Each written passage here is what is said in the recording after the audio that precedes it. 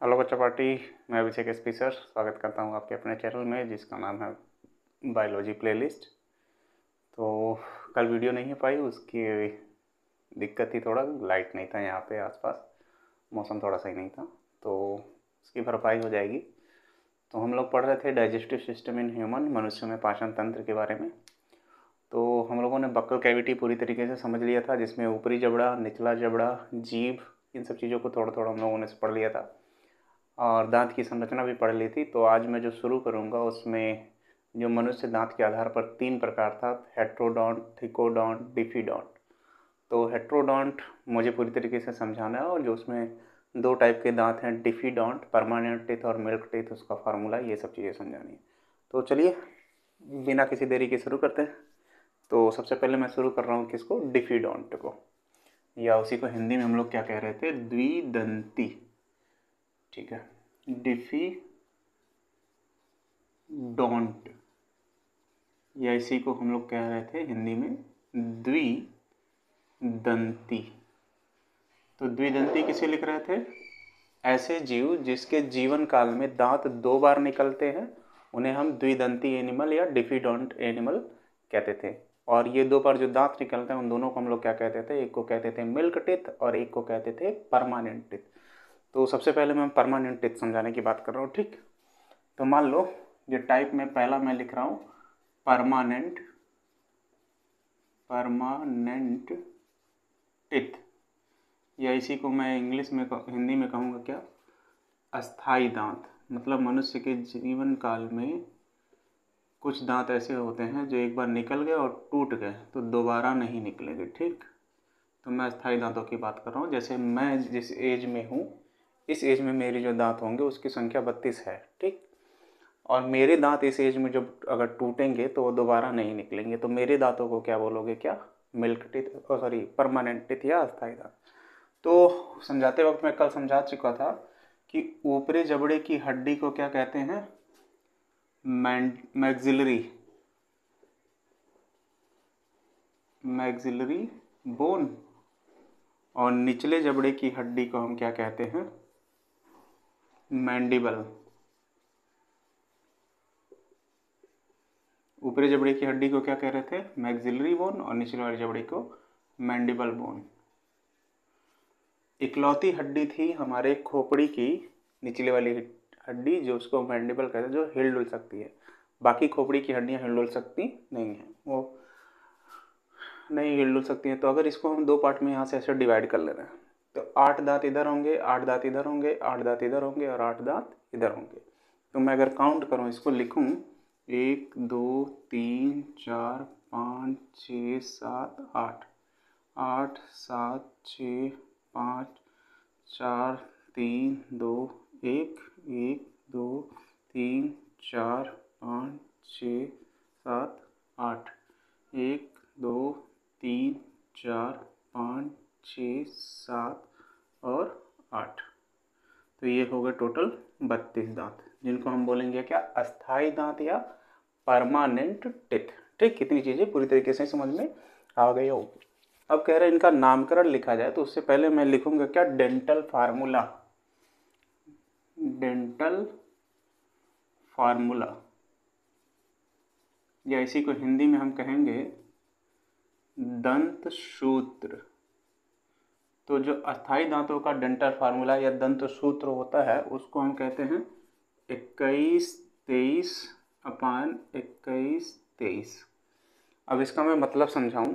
ठीक, तो विषम दंती के आधार पर मैंने पिछले लेक्चर में बताया था कि मनुष्यों के बक्कल कैविटी में या मुखगुहा में कुल 4 प्रकार के दांत होते हैं, इंसीजर, कैनाइन, प्रीमोलर और मोलर, रदनक, कृंतक, अग्रचवर्णक और चवर्णक।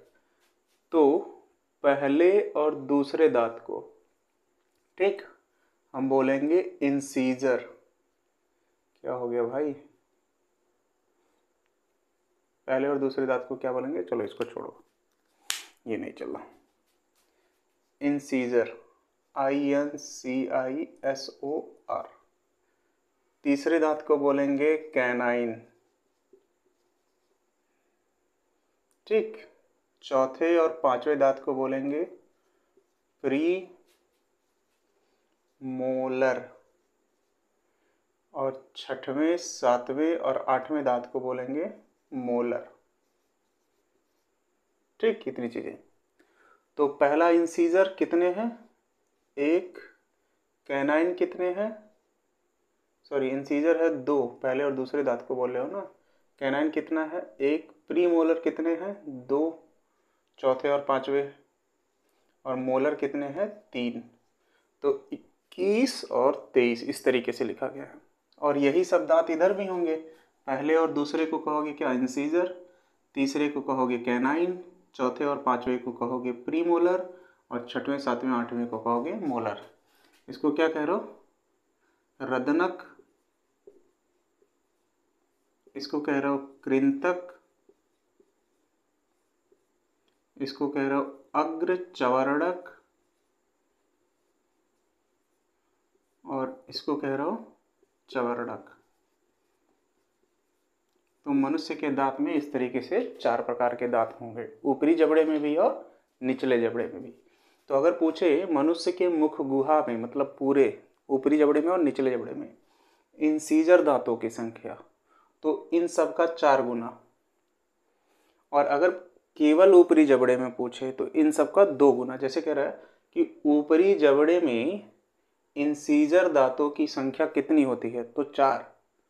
2 यहाँ है तो 2 यहाँ भी है। और अगर पूछे मनुष्य के मुख गुहा में इंसीजर दांतों की संख्या कितनी होती है, तो इसका 4 गुना। 1 2 3 4 5 6 7 8। तो मनुष्य के पूरे मुख गुहा में इसकी संख्या कितनी होगी, 8। कैनाइन कितने होंगे, 4। प्रीमोलर कितने होंगे, 8। मोलर कितने होंगे, 12। और सबको जोड़ोगे तो कितना आ जाएगा, 32। फिलहाल इसको जोड़ोगे तो कितने आएंगे, 8। 3 2 5 1 6 2 8, फिर 8 इधर, फिर 8 इधर, फिर 8 इधर। तो टोटल दांतों की संख्या कितनी हो जाएगी, 32। तो जो ये 21 30 लिखा है वो इस साइड का है, फिर उसके नीचे वाला हिस्सा। फिर 21 30 दूसरे वाला भी करोगे, बात वही हो जाएगी। या इसको ऐसे गिनोगे, 2 1 3 2 5 3 8 2 9 16, ऊपरी जबड़े में 16 दांत। और 2 1 3 2 5 3 8, निचले जबड़े में 16 दांत। दोनों दांतों को मिला के कितने दांत हो जाएंगे, 32। तो इन दांतों को बोलोगे क्या, परमानेंट टीथ या मिल्क टीथ, सॉरी अस्थाई दांत। तो मनुष्य के अस्थाई दांतों का दंत सूत्र सीधे सीधे याद कर लो, 21 23 अपान 21 30। और वो किस तरीके से स्थित होते हैं, इस तरीके से। 4 प्रकार के दांत हैं, ऐसे एक साइड बना ले रहो। अगर पूरे मुख गुहा में तो इन सब का 4 गुना, एक जबड़े में पूछेगा तो इन सब का 2 गुना। अब मैं आता हूं किस पे, मिल्क टीथ पे। दूसरा जो टाइप है उसको हम कहेंगे क्या, मिल्क टीथ, या इसी को हम कहेंगे दूध के दांत। हिंदी में क्या लिखेंगे, दूध के दांत। तो मनुष्य के शरीर में जो दूध के दांतों की संख्या होती है वो होती है 20। क्योंकि उसको भोजन चबाना नहीं हो तो भोजन को चबाने वाले जो दांत होते हैं वो नहीं पाए जाएंगे। देखो इसको कहोगे 2102, 2102। ठीक, तो दूध के दांतों की संख्या मनुष्य में कितनी हो गई, 20। तो पहला 2 दांत क्या कहला रहा है, इंसीजर। एक दांत क्या कह रहा है, कैनाइन। उसके बाद चौथा और पांचवा दांत नहीं है, क्योंकि यहाँ पे क्या लिखे हो, 0। तो जाहिर सी बात है ये भी इसमें नहीं। कौन से दांत, प्रीमोलर। तो अगर पूछे दूध के दांतों में कौन से दांत नहीं पाए जाते हैं, तो अग्र चवर्णक या प्रीमोलर। कोई दिक्कत समझने में नहीं। और अगर पूछे दूध के दांतों में किन दांतों की संख्या में कमी होती है, तो लास्ट के 2 दांत, यहाँ तो 3 है, तो लास्ट का 8वां दांत भी इसमें नहीं होगा। तो ये कितने हो गए, 2। तो अब गिनोगे 2 1 3 2 5, तो यहाँ कितने हो जाएंगे, 5। तो 5 इधर भी होंगे, 5 इधर भी, 5 इधर भी, टोटल कितने हो जाएंगे, 20। मतलब चौथा और पांचवा नहीं होगा यहाँ, और 8वां नहीं होगा। चौथा और पांचवा नहीं होगा और 8वां नहीं होगा। तो 5 इधर बचा, 5 इधर बचा, 5 इधर बचा और 5 इधर बचा। तो इस तरीके से अगर पूछेगा मनुष्य के मुख गुहा में दूध के दांतों की संख्या कितनी होती है, 20। और उसका अगर पूछेगा डेंटल फार्मूला या दंत सूत्र कितना होता है, तो 2102 अपान 2102।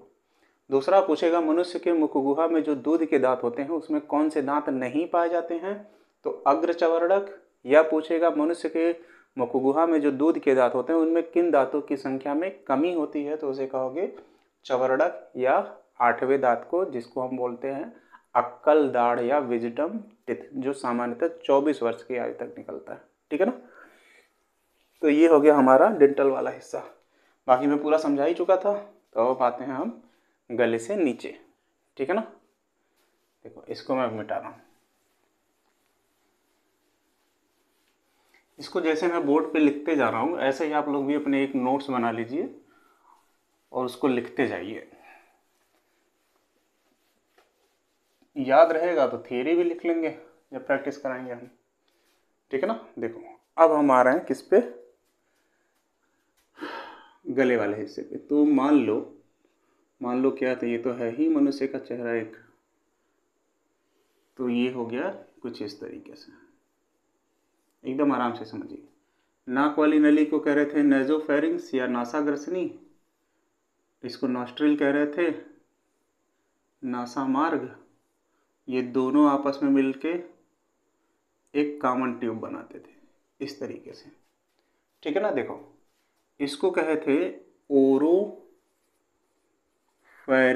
PHARYNX, या इसी को हिंदी में लिखे थे मुख ग्रसनी।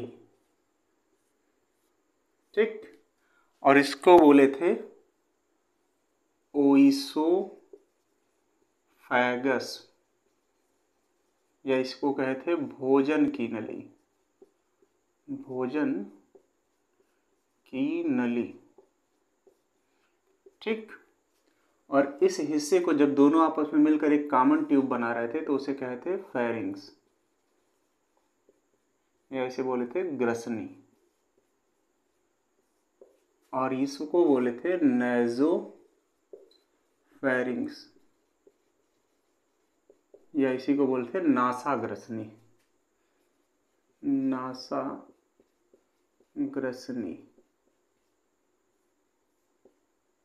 तो यही नाक वाली नली और मुख वाली नली दोनों आपस में मिलकर एक कॉमन ट्यूब बनाएंगे, एक नली जिसे बोले हो फेरिंग्स।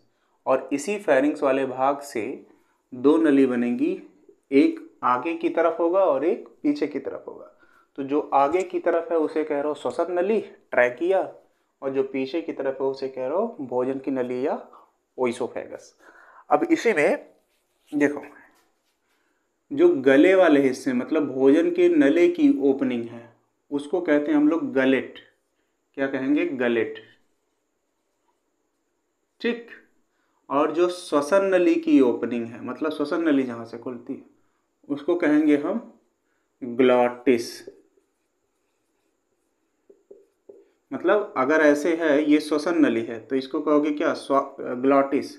अगर ये भोजन की नली है तो इसकी ओपनिंग क्या कहलाएगी? गलेट। और इन्हीं दोनों के बीच में एक वाल्व होगा, ऐसे समझ लो एक तरीके से, जिसको हम लोग बोलेंगे इपीग्लॉटिस। क्या कहेंगे? इपीग्लॉटिस। क्या कहेंगे? इपीग्लॉटिस। इपीग्लॉटिस। ठीक। क्या क्या हो गया? एक नेजोफेरिंग्स नाक वाली नली, एक ओरोफेरिंग्स मुख वाली नली, दोनों आपस में मिलकर एक ट्यूब बनाए जिसे बोले फेरिंग्स या ग्रसनी।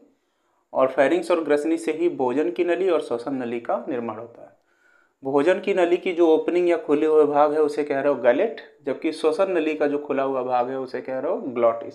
और दोनों के बीच में एक वाल्व है जिसे कह रहे हो इपीग्लॉटिस। अब इपीग्लॉटिस का काम ये है कि जब कोई व्यक्ति सांस ले रहा है तो गैस उसके नाक में आएगी और फिर कहाँ आनी है उसको? श्वसन नली में। तो ऐसे घूम के जब आएगा वो वायु तो इपीग्लॉटिस गिर जाएगा किसके ऊपर? गलेट के ऊपर। तो भोजन की नली ढक जाएगी तो वायु आ जाएगी किसमें? श्वसन नली में।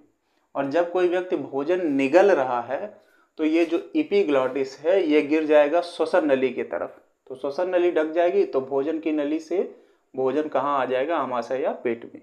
तो अगर पूछे इपीग्लॉटिस क्या करता है तो यह श्वसन की क्रिया में और भोजन को निगलने में क्या करता है? सहायता प्रदान करता है। इतनी चीज़ें हो जाएंगी। ठीक है ना। जो सांस लेते समय किधर गिरेगा? भोजन की नली पे। और भोजन की नली मतलब भोजन निगलते समय किस पे गिरेगा, श्वसन नली पे। इस तरीके से ये हेल्प करेगा। उसके बाद जो हमारा ओइसोफेगस है वो गले से होता हुआ आएगा ऐसे थोरेसिक वाले भाग में, वक्षगुहा, वक्षगुहा में जो डायफ्राम है ऐसे नीचे श्वसन फेफड़ों के नीचे सी आकार का, उसके नीचे तक आएगा। ठीक, तो ये ऐसे आएगा और आके खुलेगा कहाँ पर, आमाशय में। ठीक, इतना दिख रहा होगा।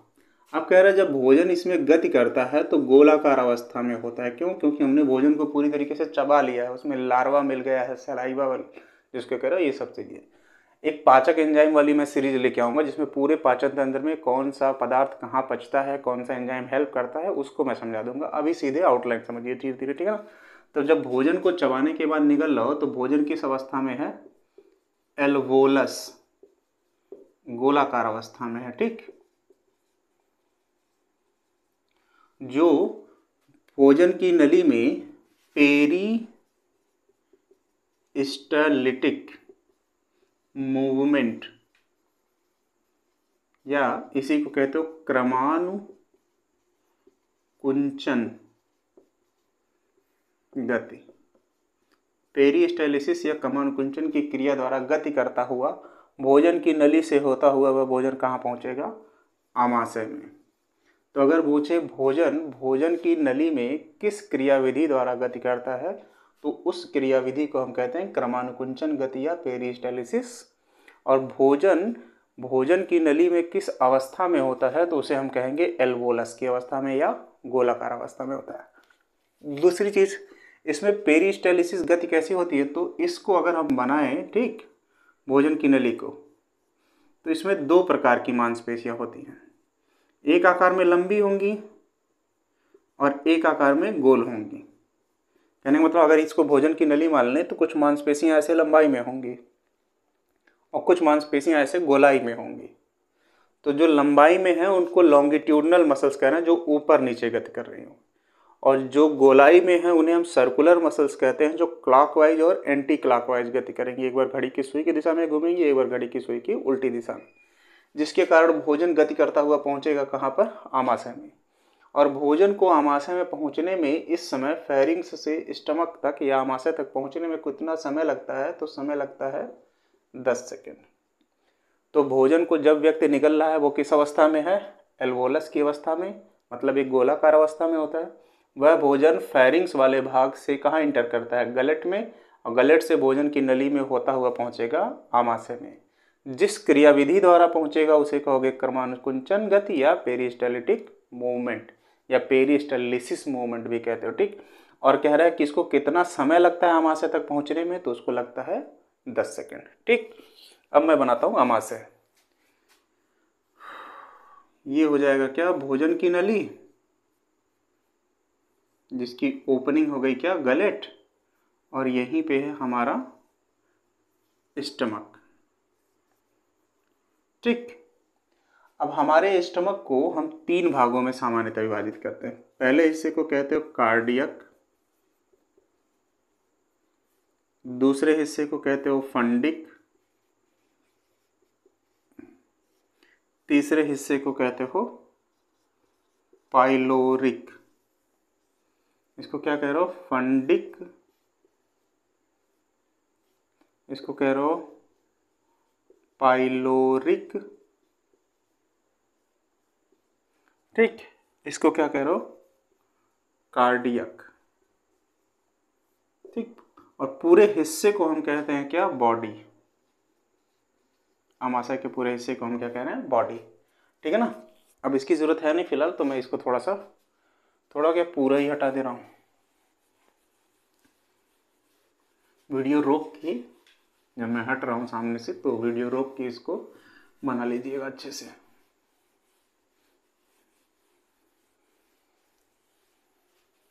ठीक, चलो देखो कितने पार्ट में डिवाइड किए, 3, कार्डियक, फंडिक, पाइलोरिक। ठीक, अब नाम कैसे पड़ा, मान लो कह रहा है कि ये मेरा चेस्ट में एक बोन होती है यहाँ पर सीधे सीधे, जिसको कहते हैं स्टेरेनम बोन। क्या कहते हैं, स्टेरेनम बोन या हड्डी। ठीक, जिसके दोनों तरफ 12 पसलियां होती हैं। 2 4 6 8 10 12, 2 4 6 8 10 12। और ये गला वाला हिस्सा होगा ऐसे, और इस तरीके से होगा, और नीचे है डायफ्राम। तो भोजन की नली अंदर अंदर होते हुए आती है ऐसे नीचे से डायफ्राम के, और फिर ऐसे आमाशय में जाकर क्या होती है, खुलती है। लेकिन यहीं से आगे श्वसन नली भी आएगी। तो श्वसन नली हमारे थोरेसिक केज के अंदर जाती है, या वक्ष गुहा के अंदर। मैं थोड़ा सा मिटा रहा हूँ। और अंदर आने के बाद यहीं पर क्या होते हैं, हमारे दोनों फेफड़े पे, ठीक है, वक्ष गुहा के अंदर।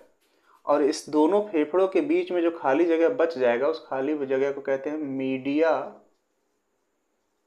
स्टर्नी। मीडिया मतलब बीच में, स्टर्नी मतलब स्टेर्नम हड्डी। तो स्टेर्नम हड्डी के एकदम बीच में वो खोखला भाग होता है।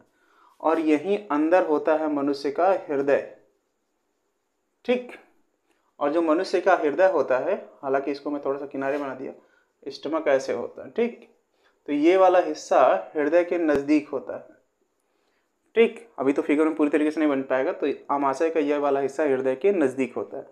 और हृदय में पाए जाने वाली कोशिकाओं को कहते हैं कार्डियक सेल, जिसके आधार पर हृदय का अध्ययन कहलाता है कार्डियोलॉजी।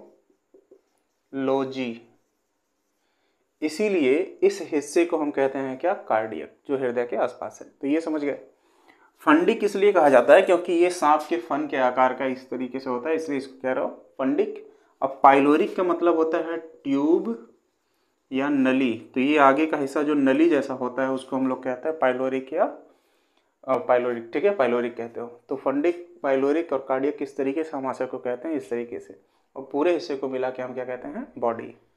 अब जब भोजन की नली से या ओइसोफेगस से ऐसे गति करता हुआ पहुंचेगा आमाशय में, तो आमाशय में पहुंचने से पहले उसको एक वाल्व से गुजरना होता है। उस वाल्व को कहते हैं कार्डियक वाल्व, इंस्फिंक्टर भी कहते हैं इसको, ठीक है ना। और भोजन आमाशय में रुका रहे उसके लिए आगे ना बढ़े, यहाँ पाइलोरिक वाले हिस्से में होता है पाइलोरिक वाल्व। अब ये कार्डियक इंस्फिंक्टर और पाइलोरिक वाल्व क्या करते हैं, भोजन को 4 घंटे के लिए रोकते हैं। कहाँ पर, आमाशय में। और इस 4 घंटे में होता क्या है, भोजन में कुछ पाचक पदार्थ पाए जाते हैं जो पचते हैं एंजाइमों की सहायता से। तो बाकी का तो मैं बाद में ले आऊँगा, अभी थोड़ा सा समझा रहा हूँ कि इसकी दीवारों से, किसकी, आमाशय की दीवारों से, ठीक है ना, इसको क्या कह रहे हो, स्टमक टोटल को, या इसी को हम क्या कहते हैं, आमाशय। आमाशय की दीवारों से एक एंजाइम रिलीज होगा इसके अंदर, जिस एंजाइम को हम कहते हैं पेप्सिन। पी से पेप्सिन, पी से प्रोटीन। तो अगर पूछे प्रोटीन का पाचन कहाँ होता है, तो आमाशय में, ठीक।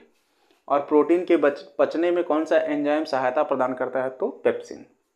फिर आमाशय की दीवारों से एक एसिड रिलीज होता है जिसे कहते हो हाइड्रोक्लोरिक एसिड। ये क्या करता है, भोजन में जो भी बैक्टीरिया, वायरस वगैरह हैं, उन सबको क्या करता है, मारने का काम करता है। मतलब उनकी रोग प्रतिरोधक क्षमता को क्या करता है, कम कर देता है। लेकिन ये एक एसिड है, हाइड्रोक्लोरिक एसिड। तो इस एसिड से आमाशय की दीवारों को नुकसान पहुंच सकता है, वह जल सकती हैं उसकी कोशिकाएं। इसने बचने के लिए आमाशय की दीवारों से एक चिपचिपा तरल पदार्थ चिपका रहता है, जिसको कहते हैं हम म्यूकस। क्या कहते हैं, म्यूकस। तो म्यूकस क्या करता है, हाइड्रोक्लोरिक एसिड को आमाशय की दीवारों में जो कोशिकाएं हैं वहां पर जाने से रोकता है, जिसके कारण आमाशय को कोई नुकसान नहीं पहुंच पाता है। और जब हाइड्रोक्लोरिक एसिड ज़्यादा रिलीज हो जाता है तो हमें हो जाती है एसिडिटी, जो हम लोग कहते हैं कि गैस बना रहा है। क्यों, क्योंकि हाइड्रोक्लोरिक एसिड के फॉर्म में है, इसलिए हमको क्या हो जाती है, एसिडिटी, जिससे पेट में क्या होता है, जलन वगैरह होने लगता है। तो इतनी चीज़ें अभी फिलहाल ध्यान रखें। तो भोजन की नली में गति करने की क्रिया को पेरिस्टालिसिस कहते हैं, और वह भोजन गति करता है 10 सेकंड में और पहुंचता है कहाँ पर, आमाशय में। आमाशय को कितने भागों में विभाजित कर रहे हो, 3, कार्डियक, फंडिक, पाइलोरिक, और तीनों को मिला के कह रहे हो बॉडी। कार्डियक क्यों कह रहे हो, क्योंकि ये हिस्सा हृदय के नज़दीक है। आमाशय में भोजन जब आता है तो एक वाल्व से गुजरता है आमाशय में पहुंचने के लिए, उस वाल्व को क्या कहते हो, कार्डियक वाल्व। और यह भोजन 4 घंटे के लिए आमाशय में रुका रहे उसमें हेल्प करता है पाइलोरिक वाल्व। 4 घंटे तक भोजन यहाँ रुका रहेगा तो यहीं पर होगा प्रोटीन का पाचन, किसकी सहायता से, पेप्सिन से। और इसी से रिलीज होगा हाइड्रोक्लोरिक एसिड जो भोजन में उपस्थित बैक्टीरिया वायरस को नष्ट करता है या उनकी रोग प्रतिरोधक क्षमता को कम करता है। और कभी कभी इसकी मात्रा बढ़ जाती है तो हो जाती है एसिडिटी, ठीक है ना, जिससे पेट में जलन होता है। और हाइड्रोक्लोरिक एसिड से आमाशय की दीवारों को नुकसान पहुंच सकता है, जिससे बचने के लिए इसमें आमाशय की दीवारों से एक चिपचिपा तरल पदार्थ चिपका होता है जिसे कहते हैं म्यूकस। ठीक, अब मैं इसको मिटा रहा हूं, ठीक, पूरी तरीके से समझ में आ रहा होगा। आज तो मैं काफ़ी स्लो पढ़ा रहा हूँ क्योंकि थका हुआ काफ़ी भाई, क्या ही किया जाए। देखो, अब आमाशय से भोजन निकलेगा, ठीक, ये था ओइसोफेगस। समझने के लिए यहाँ पे बना लिए क्या, स्टमक या आमाशय। अब यहाँ पर आमाशय से एक सी आकार की नली जुड़ी होती है, उस सी आकार की नली को हम कहते हैं ड्यूडेनम।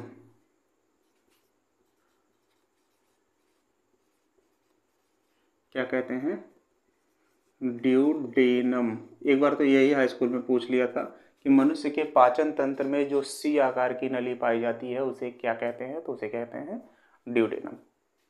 अब ड्यूडेनम से एक संरचना जुड़ी होती है जिसको कहते हैं अग्नाशय या पैंक्रियाज। एक और संरचना जुड़ी होती है जिसको कहते हो पित्ताशय या गाल ब्लैडर। और एक और संरचना जुड़ी होती है जिसको कहते हो लीवर या यकृत। तो आमाशय में जो कैपिटल सी आकार की नली है उसमें 3 अंग जुड़े होते हैं, अग्नाशय, लीवर या यकृत और गाल ब्लैडर। इसलिए यदि किसी व्यक्ति का इन तीनों में से कोई एक अंग खराब हो रहा है और कोई डोनेट करना चाहे तो कोई एक अंग नहीं डोनेट कर पाएगा, वो उसको क्या करना पड़ेगा, अपने तीनों अंग डोनेट करने पड़ेंगे। लीवर हमारा रीजनरेटेड होता है तो उसको हम डोनेट कर सकते हैं काट के, क्योंकि ये ऑलरेडी 2 भागों में विभाजित है, लेकिन पूरा नहीं डोनेट कर सकते हैं क्योंकि वो ये तीनों एक ही जगह जुड़े हैं। तो अगर एक काटेंगे तो तीनों कटेगा, ठीक है ना। तो इसको क्या बोलोगे, पैंक्रियाज, ठीक, या इसी को बोलोगे अग्नाशय, इसको बोलोगे लीवर, या इसी को हिंदी में कहोगे यकृत, और इसको बोलोगे गाल ब्लैडर, या इसको बोलोगे पित्ताशय।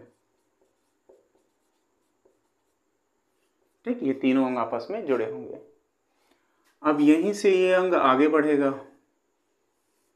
आगे बढ़ेगा तो क्या स्टार्ट हो गया, अब छोटी आंत। ठीक, तो छोटी आंत को भी हम 2 भागों में विभाजित करते हैं। पहले भाग को कहते हैं जेजुनम और दूसरे भाग को कहते हैं इलियम। क्या कहेंगे, इलियम, ये दूसरा भाग है, और पहले भाग को कहेंगे जेजुनम। और सबसे अधिक अगर पूछेगा भोजन कहाँ पचता है तो छोटी आंत में। तो स्मॉल इंटेस्टाइन में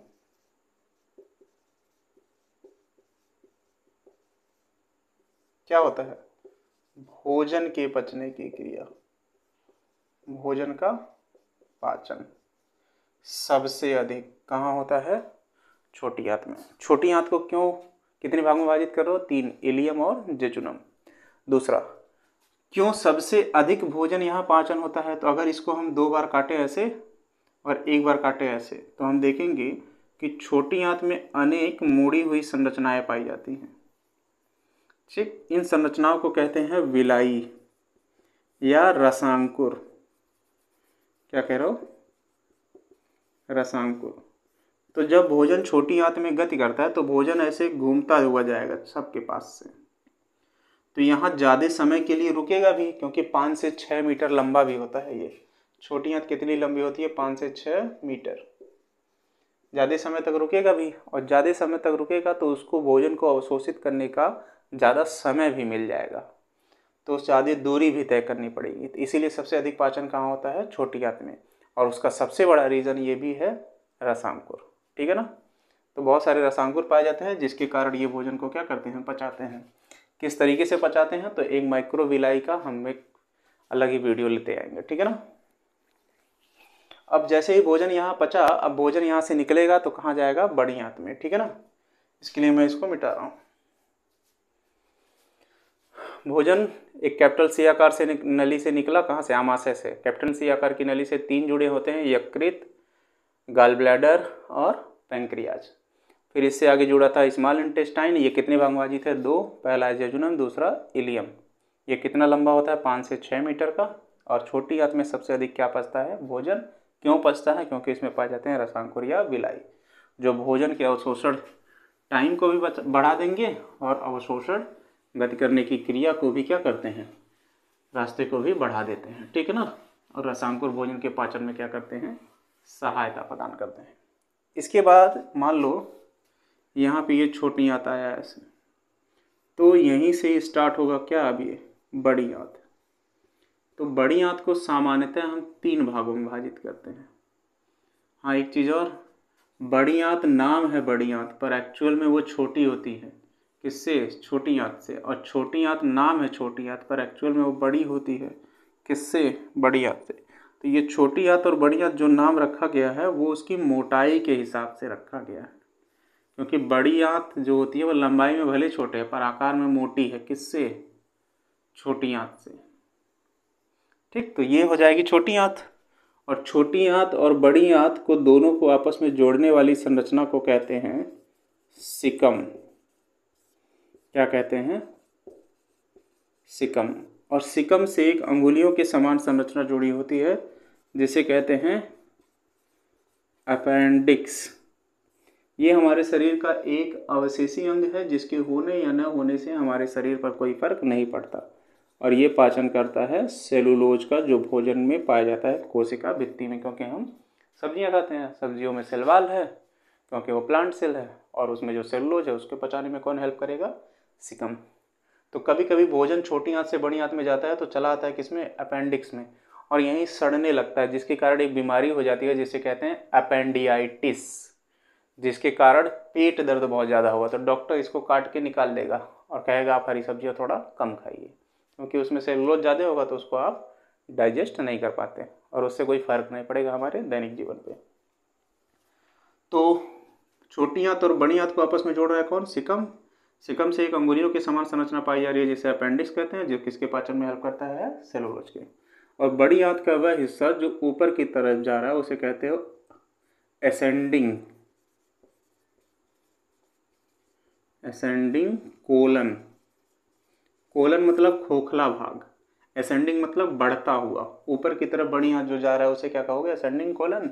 जो क्षैतिज दिशा में है सीधे उसे कहोगे ट्रांसवर्स कोलन, और जो नीचे की तरफ आ रहा है उसे कहोगे डिसेंडिंग कोलन। और ये सीधा तो बनाया हो पर एक्चुअल में यह आकार का होता है, इसलिए इसे कहते हैं सिग्मोइड कोलन। और जो भोजन अवशोषित होता है अपशिष्ट पदार्थ के रूप में नहीं पच पाता है वो स्टोर होगा कहाँ पर? रेक्टम में, जिसको कह रहे हो मलाशय। और जब किसी को पोटी लगेगी तो वो मलाशय से जो मल होगा वो एनस या गुदा द्वार की सहायता से शरीर से क्या होगा? बाहर निकल जाएगा। और बड़ी आंत में विलाई नहीं पाए जाते हैं, इसलिए बड़ी आंत में केवल जल अवशोषण की क्रिया होती है। केवल क्या होगा? जल अवशोषण। छोटी आंत में केवल भोजन का पाचन और बड़ी आंत में केवल जल अवशोषण।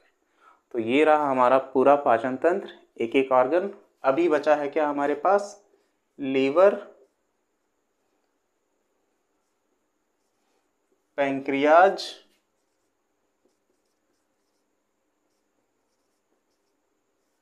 और गॉल ब्लैडर।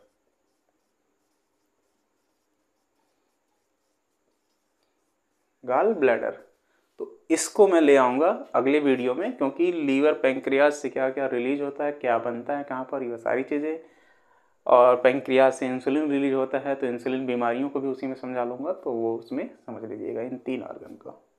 तो तब तक के लिए चलिए, bye bye, have a nice day, thank you. Screenshot लेते रहिए।